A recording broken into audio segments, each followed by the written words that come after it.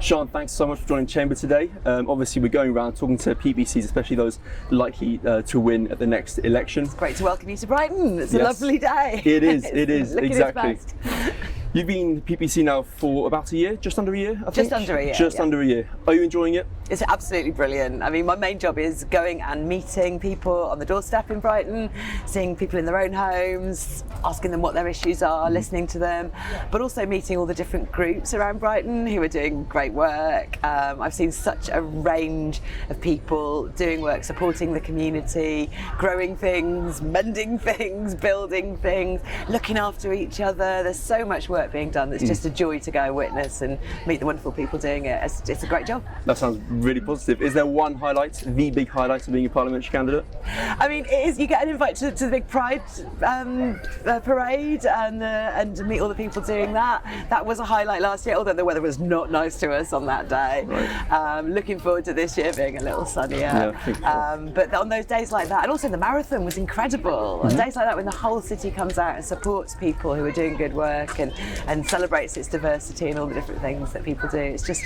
it's a great city. It's got real spirit. God, you're making me, you're going to convince me to become a parliamentary candidate myself. What about the negatives? Is there any kind of downsides being a parliamentary candidate? I mean, obviously we're waiting for the election. That is the big negative at the moment, is the election should have happened long ago. This government has been on its very last legs for such a long time, and that's a real feeling that I'm getting from the doorstep as well.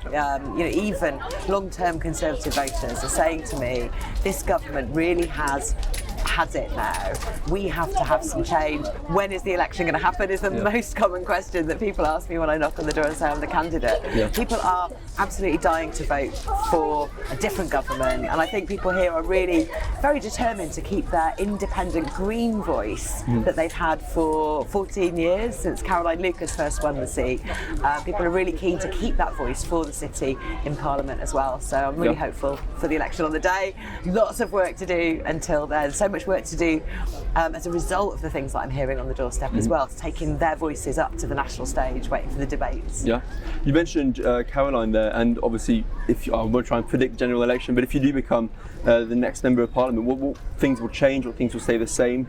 I mean, I'm aiming to be at least as good as Caroline is as being a local representative. She's fantastic at taking up issues in the local community and working out exactly the best way to intervene to try and make a difference. And I've been a local councillor where I've had casework on the level of one ward, taking that on at the level of a constituency. I'm really looking forward to that, and Caroline's got a fantastic team who've been speaking to me, and we've been trying to make plans for how we might take over really seamlessly.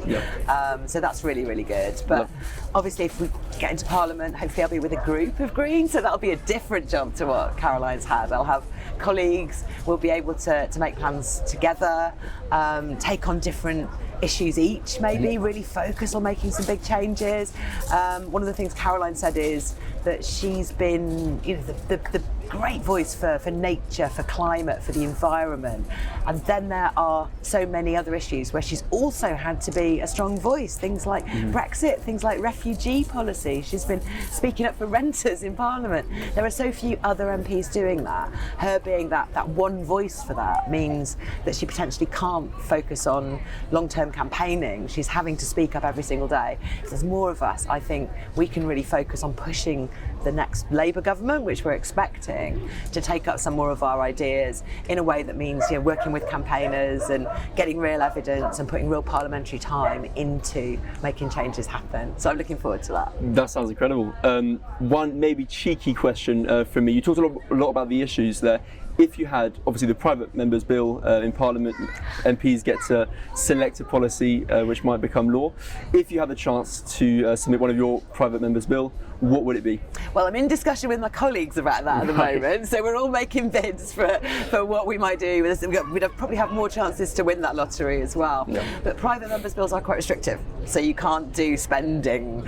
And a lot of my ideas are about trying to get Labour to loosen those purse strings, get those fiscal rules rules relaxed in ways that do build a stronger economy, that do pay back, that do lead to higher incomes in the future for the government, because you're building a better society. And I think their rules are very restrictive at the moment, and I'm going to be making the case in the run-up to the budget for investment, for example, in buying more council homes. We're making a really strong case that investment in the NHS saves money in the end. Labour are promising so little for the NHS at the moment, and that really is the number one issue that's coming up on the doorstep, and something where I think there's such a strong case we can work with people right across the country that investment in our doctors, our nurses, our preventive health, our public health, supporting people to be healthier in the long term is well worth doing and needs doing.